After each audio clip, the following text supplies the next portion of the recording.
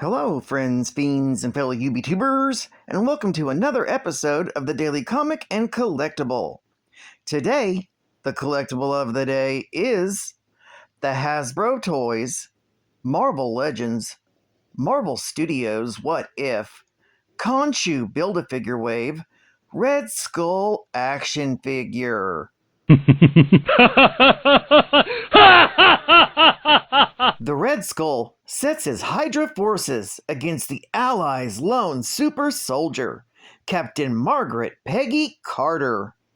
This 6-inch scale Marvel Legends collector's action figure was inspired by Marvel Studios' What If on Disney+.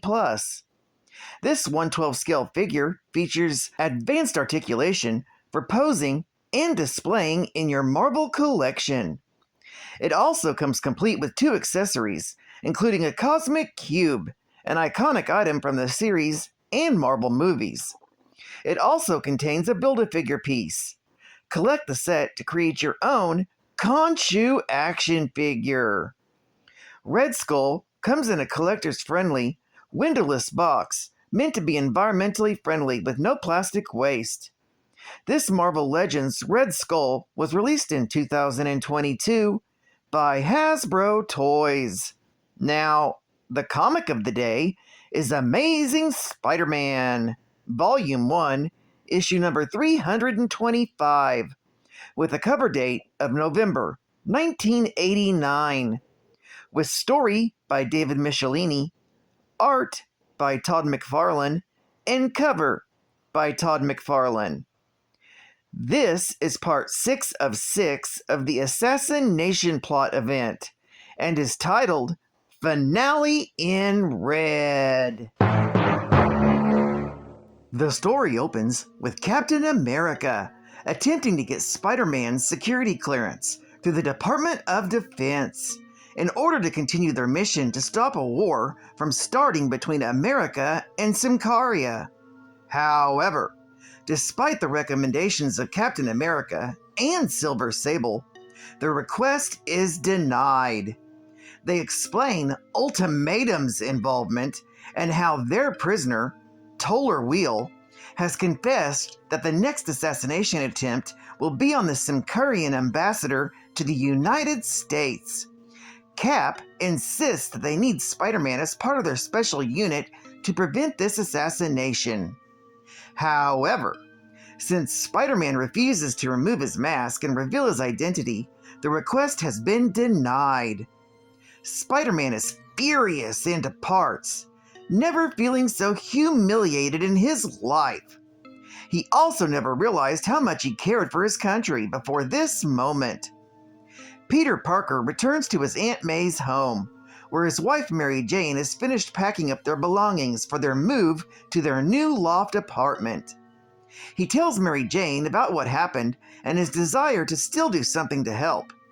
Although money's tight, Mary Jane believes they can afford the cost to send Peter to the capital. The next day, at the Pentagon in Washington, D.C., Captain America briefs soldiers on his plan to guard the ambassador. After dismissing the briefing, Cap pulls Silver Sable aside and reminds her to keep her desire for vengeance in check, as they need a living witness to prevent war from happening. They're soon joined by Spider-Man, who managed to break into the facility. Captain America is upset that someone was able to break into the Pentagon, but accepts his help nonetheless. Spider-Man suggests that Will spoke too easily, and suspects that the threat of the ambassador's life is a ruse to keep the authorities occupied while the real assassination can take place. However, Captain America and Silver Sable are committed to the current mission. When they have to get going, Captain America implies that Spider-Man should see the prisoners that are being held in the basement. The Wallcrawler picks up on this, and using an ultimatum costume, he pretends to be one of the terrorists who have come to help Toller Wheel escape captivity. He tells Wheel to escape while he frees the others.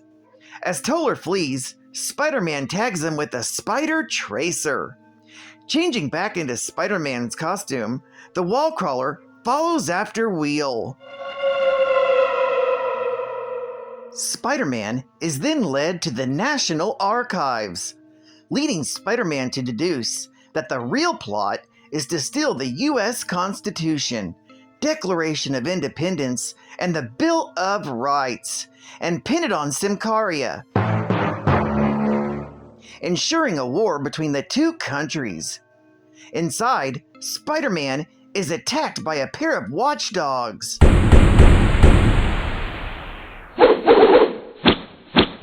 But he easily incapacitates them. Knowing that the real documents are held in archives in the basement, the wall crawler travels down into the archives through the ventilation system. There, he finds members of Ultimatum, the Resistance, and the sweatshop trying to blow a vault to the historical documents. Spider-Man leaps down and stops them just as the employer, the Red Skull, enters the room. The Skull is disappointed to see that Spider-Man has found him as opposed to his foe, Captain America. Still, he offers the wall crawler a chance to join him, revealing that he's not stealing the documents, but planning on destroying them. He offers Spider-Man a briefcase full of money, briefly tempting the wall crawler. However, he refuses out of dedication to his country. The Red Skull is disappointed and orders his minions to kill him and leaves. While Spider-Man deals with the hired mercenaries, he spots an Ultimatum soldier, attempts to throw the switch on the bomb. Spider-Man manages to jam the detonation lever by firing a spider tracer into the device. Then, ripping open the secret door the Red Skull escaped from, he finds no trace of the villain. Still, Spider-Man had set up his camera and an audio recording in the ventilation shaft, collecting the evidence he needs to prove that the Red Skull was behind the whole plot. Later, at the Pentagon, Spider-Man turns over the evidence and is congratulated for his hard work. Good job, Spider-Man. Silver Sable has also contacted the Prime Minister of Symkaria, and the government there has absolved the United States of all involvement in the assassination plot. Captain America pulls Spider-Man aside and tells the wall crawler that he wishes he could have been more of a help, but he had to do what he had to do. Spider-Man admits that he had to do the same thing, and that's all they can ever do. With that, Spider-Man web slings for home. This story is continued in The Amazing Spider-Man, issue number 326.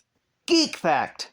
This is the first appearance of Raymond Trask. Mr. Trask refused to allow his casinos to join Kingpin's organization, so he was attacked by the Vulture and Chance at the grand opening of his new casino yacht on the Hudson River. He was eventually saved by Spider-Man. Bonus Geek Fact. Ultimatum stood for Underground, Liberated, Totally Integrated, Mobile Army to Unite Mankind, and was an anarchist organization dedicated to abolishing the concept of nationalism, to cause world unification via terrorist activity against governments, institutions, and symbols representing nationalism, while supplying arms to various subversives. Another bonus geek fact. Due to the Skull's ties to the Nazis, many supervillains absolutely refused to ally with him. The Jewish Magneto, of course, rejected an alliance with the Skull. The Kingpin even considered it his patriotic duty to prevent the Red Skull from encroaching on his territory. Advertising ad fact. Have a monster of a good time. The new dungeon game. Are you brave enough to unlock the secrets of the underworld? Test your courage in the new fast-playing adventure-filled dungeon board game from TSR. Explore a fantastic underworld of mystery, suspense, and danger, while you search for hidden treasure. Use your powers and skills to avoid secret traps and fearsome creatures. As a dwarf, elf, warrior, magician, clerk, or fighter on a perilous journey, you'll battle the forces of evil to find the treasure, win the game, or just survive. Now is the time. The new dungeon board game can be found clinging to the shelves of a toy or hobby shop in your neighborhood. Only from TSR. 3, 2, 1! Let's go. My final fact. Facts are natural, facts are good. Not everybody reads them, but everybody should. Facts are natural, facts are fun. Facts are best when they're read one by one. My final fact. Johann Schmidt, the Red Skull, was the son of a coarse, drunken German villager named Hermann Schmidt and his reportedly saintly, long-suffering wife Martha, who for years endured abuse and beatings from her husband. Martha died giving birth to Johann, their only child. Driven by madness by the death of the woman he both loved and hated, Hermann Schmidt tried to drown the newborn infant, accusing him of murdering Martha. The doctor who had just delivered the baby saved Johann from his abusive father, and the following day, Hermann Schmidt committed suicide. Later, Schmidt longed for a master to show him how to achieve power. Years later, after the Nazis had come to power in Germany, Schmidt was working in a hotel as a bellboy, where the dictator of the Germany's Third Reich, Adolf Hitler, came one day to stay. That night, Schmidt brought refreshments to Hitler's suite and found Hitler berating the chief of the Gestapo for letting a spy escape. On hearing Hitler's voice, Schmidt decided that Hitler was the master he had sought. When Hitler ranted to the Gestapo chief, I could teach that bellboy to do a better job than you. The dictator then looked closely at Schmidt and saw the bellboy's hatred of all humankind, an emotion that Hitler asserted that he himself shared. Schmidt saw in Hitler's eyes all of his own fears and frustrations, the embodiment of evil, and a model after which he could pattern himself. Inspired, Hitler declared that he would make the bellboy into a Perfect Nazi. who would serve as his right-hand man. Schmidt eagerly agreed to do whatever Hitler wished. Trying to carry out Hitler's orders, his subordinates initially attempted to train Schmidt to become a perfect German soldier wearing an ordinary SS uniform. Hitler was enraged. He wanted to turn Schmidt into something entirely different, and he personally took over Schmidt's training. Hitler gave Schmidt a lifelike Red Skull-like head mask and named him the Red Skull. Hitler gave the skull vast discretionary powers, placing the skull under no one's authority except Hitler himself. The skull undertook various missions for Hitler, most of which involved the skull's speciality, the spreading of terror. In the early 1940s, before the United States officially entered World War II, the Red Skull was partially involved in the subversive activities in the United States. The United States government created the costumed persona of Captain America so that there would be an allied counterpart to the Red Skull.